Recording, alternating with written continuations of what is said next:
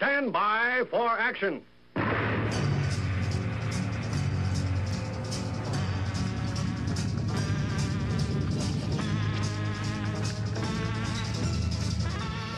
And hello to everyone. My name is Dave Milner. I am the Unpleasant Blind Guy.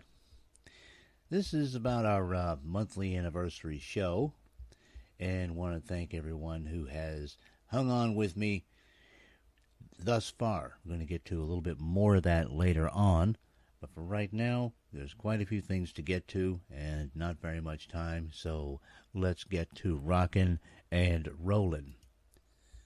First story comes out of the Daily Kos. Now, this is something that Dana Lash talked about, and I really hope that everyone who has a blog or a talk show of any kind or any kind of means of communicating with their fellows on the right or anything of that nature sort of hits this one, because I think it's important. This concerns an individual named Adam Kokesh, a fellow who is calling for an armed march on Washington, D.C. on the 4th of July. Now, this guy claims that he's going to keep it all safe. He's going to personally check all the marchers to make sure that everything is cool and that there are no problems and that there aren't going to be any problems and all of this. Evidently, this man is a big lefty. So I think it's very wise not to trust him. And I think we have to be as smart as we possibly can and use our wiser judgment here. This whole thing sounds a lot to me like a setup. I think we have to understand that the left will use any trick at all that they can to make the gun-owning public look bad. And I'm talking about law-abiding citizens. Now, I can just imagine a march like this with peaceful, law-abiding defenders of the Second Amendment and an antagonist of some sort coming in, causing a problem, shots being fired, and then suddenly the left has a bandolier full of ammunition. This is something we don't want. And the fact that this individual is a big lefty and trying to organize this thing sets off all sorts of alarm bells for me. So I'm hoping that everyone spreads the word to avoid this entire idea, not to participate in this thing, to actually speak against it, participation in it, and some such, as much as possible. Because this seems like just the sort of trap that the left would lay for people so that they could actually further their agenda. I don't think this has anything to do with forwarding the agenda of people who are trying to defend Second Amendment rights. Nothing whatsoever. So, I'm joining Dana Lash in saying that I am very distrustful of this whole thing and hoping that everyone else does the exact same thing here. Yes, I know that we on the right don't get into the hive mind thing, and we have different opinions, and I'm the first to defend that. But in this case, I think it's a setup, and I think people should, at the very least, check it out. Check out the background of this individual that wants to set the whole thing up and organize it and come to their own decision. And I, for one, intend to avoid promoting this thing like the plague. The only thing I'm going to promote when it comes to this is non-participation. And I hope the NRA is one of the first organizations to come out and say they're going to have absolutely nothing to do with this. Okay. I want to move now briefly to the Benghazi hearings. This is something that all of the show hosts are covering very extensively. So I'm not going to make a huge deal out of it, but it is, of course, extremely important. We need to find out, for instance, if someone who wants to be president of the United States in 2016, that being Hillary Clinton, has the competency to even run a single cabinet-level department. Now, the impressions that I have are that she cannot run that. And if she can't run a cabinet-level department, I don't believe that she has the qualifications that are necessary to be president of the United States. And yes, I'm sorry, but being a carpetbagger senator and being the first lady also do not qualify her to be president of the United States. People have often said that Governor Palin was not qualified to be president. Well, neither is Hillary Clinton. And I think these Benghazi hearings are going to cast this out in sharp relief. At least they are for me.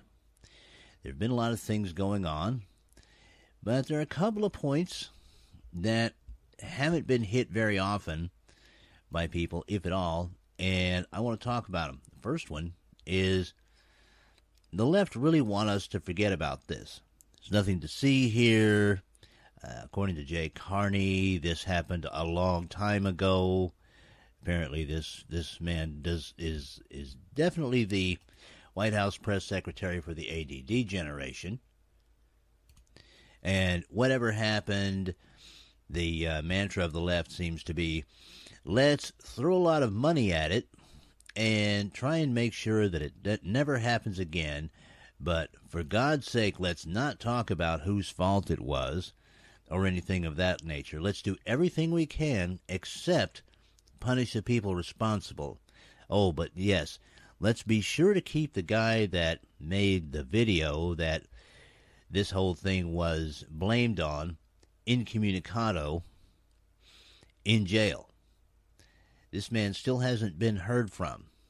And yet, Hillary Clinton, President Obama, and others truly responsible for the lack of good response to all this are still running around free. Oh, but let's forget about everything. Let's forget about all that. Let's move on. And I totally agree with trying to find ways to make sure this doesn't happen again. And I have to say that one of the ways we keep things like this from happening again is we begin to arm our embassies as if they are in hostile countries, because they are in a lot of cases. And let's also get out of bed with people like the Muslim Brotherhood. Let's start realizing that incestuous relationship that our government has with them is not going to protect our people. I think we're realizing that with the Boston hearings, and I think we're realizing this with the Benghazi hearings. This doesn't prove that we are not racist or anything of that nature. It just proves that we're trying to deal with the wrong sorts of people in the world, and it's not helping us. In fact, it's hurting us. That's one way we could keep something like Benghazi from ever happening again. But that's not even really the main thrust of the point I want to make. The main thrust of that point is I'm really wondering if the same people who want us to forget about Benghazi would also like us to forget about Sandy Hook. Because ever since Sandy Hook occurred, before those poor kids' bodies were even cold, the left was screaming for gun control. And they continue to.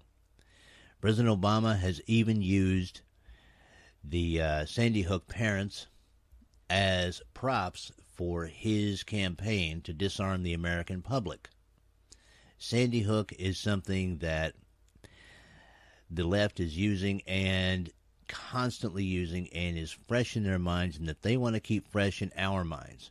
They want us to remember Sandy Hook, but for some reason, they don't want us to remember Benghazi.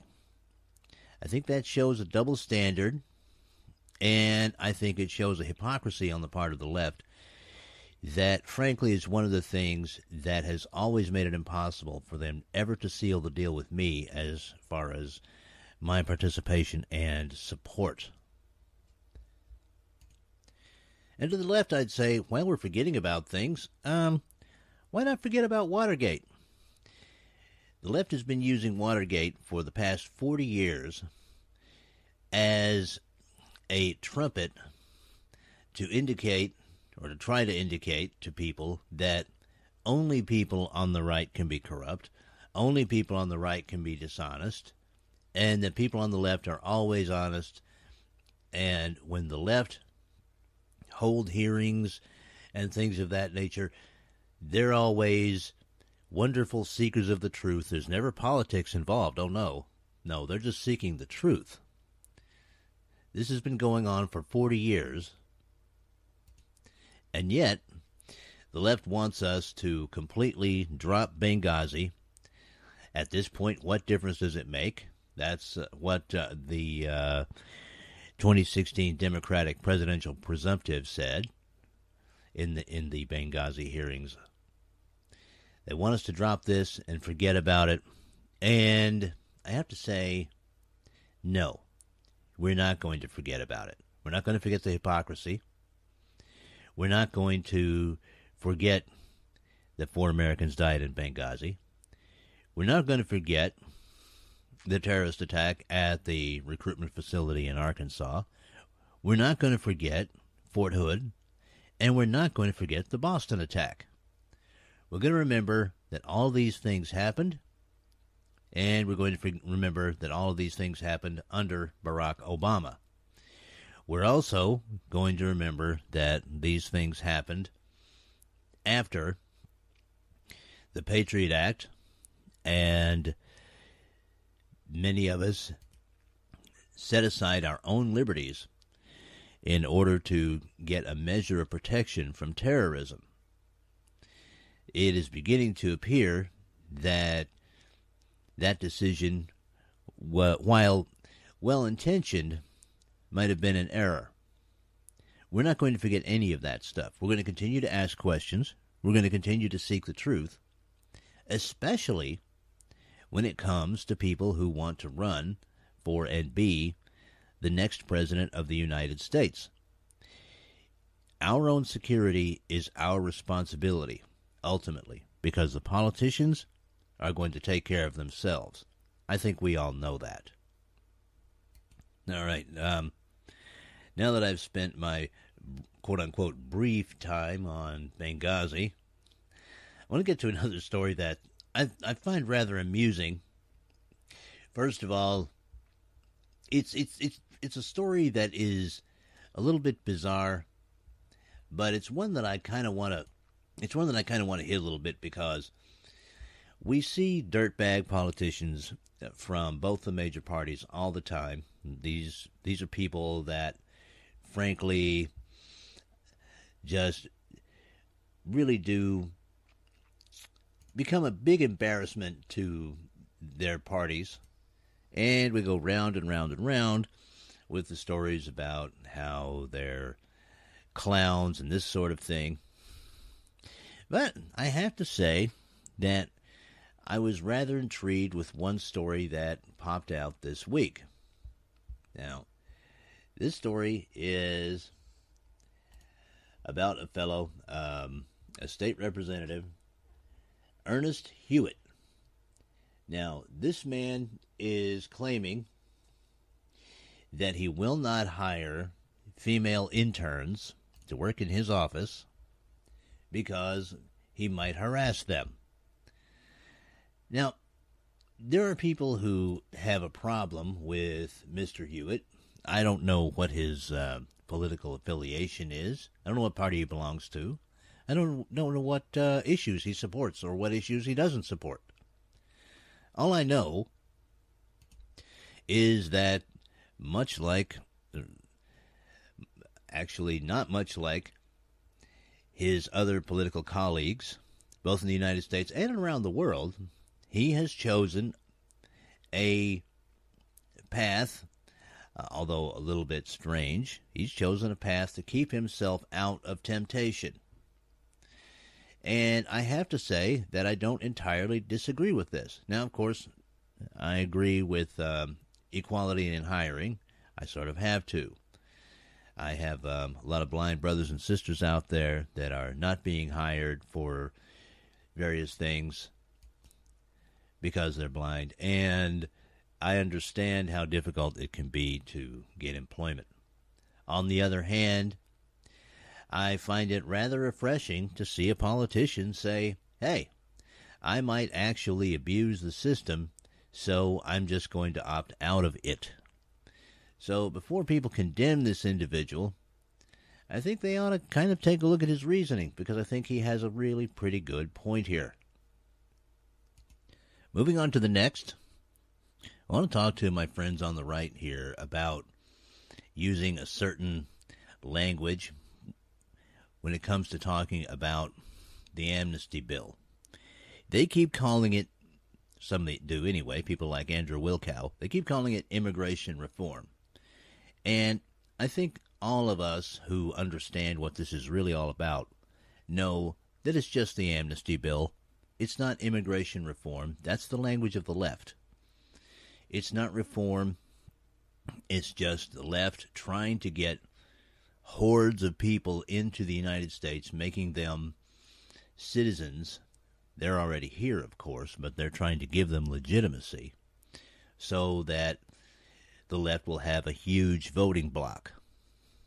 Now, we know that this has never worked out for the right to support this kind of thing, and it's never going to. And we need to just make sure that we're not using the left's language here. Let's keep calling it the amnesty bill, because we need to keep up pressures on our representatives to oppose this thing, particularly in the House. There isn't much of a chance in the Senate, because the Senate basically belongs to Obama and his statist allies. The Senate's gone, but there's still some hope in the House, and if we can short-circuit this thing in the House, then it's okay, at least for now. The left is always relentless, and they will never stop. But at least we can give this a try, and one of the first things we have to do is remember that, no, this is not immigration reform, this is amnesty. And let's be sure to keep calling it that. Now I want to get to something very interesting that you may start hearing from the left very soon. This is something that I heard from someone locally here in Burlington, Vermont, and it is that Section 8 vouchers, the low-income housing program, have been cut because of the sequester cuts. So you're going to begin hearing very soon, probably see some news stories very soon, about families who have been thrown out of their homes, and they're going to blame sequester. This is something that we need to prepare ourselves for on the right, and understand that sequester was President Obama's idea, and that cuts did need to be made. And it also has to be remembered that these aren't really cuts. It's just a slowdown in the growth of spending. That's something that always has to be said as soon as anyone on the left starts talking about, quote-unquote, sequester cuts. We need to always remember to tell them, no, these aren't cuts. These are just slowdowns in the growth of spending. So this is one of the latest tactics that the White House is going to try and use to make the sequester hurt as much as possible, to try and make people angry at Congress and make them demand that Congress spend more money that we don't have. All right, and before I get to my final story, really, I want to go ahead and do some housekeeping. because there are a lot of people that I want to say a quick thank you to for help that they've been giving me with this program, feedback and whatnot. It's all really appreciated. First of all, I want to thank Buddy, the Budman Brannon, for the bird dog on this microphone that I use. It was really good and, for my purposes, cheap, because I can't afford any bloody thing else. So thank you, Buddy, for that. Katie in Silver Spring, or Katie at Silver Spring, rather, has been an awesome friend of mine for a few years now. Katie sends in a comment that she thinks my volume is too low. And I've told her, and I'll say it here to other people that might be listening and may have a problem with this, the setup I have for sound is really the very best that I can think of to do right at the moment. I am aware that it could be better, but I don't want to create a setup where I'm basically eating the microphone. I want to try and keep a conversational tone in the voice and yet keep the volume at a reasonable level, and this is about the best I can do. I will continue, however, to work on this because it is important. So thank you for that, Katie. I want to thank, White Mamba 46 and Deirdre Gross.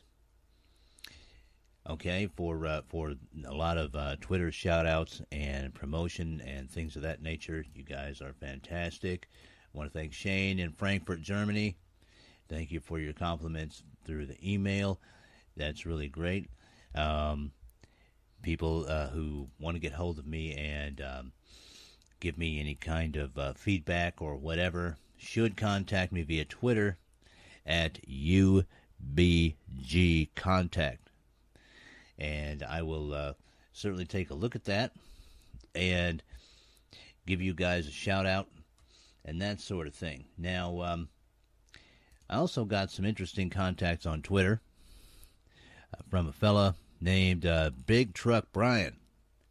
Now, my brother's a long-haul trucker, and apparently this guy is too. And he brings up a few points that I want to talk about real quick, because a lot of them have to do with some generalized philosophy. And I think they're things that are worth talking about.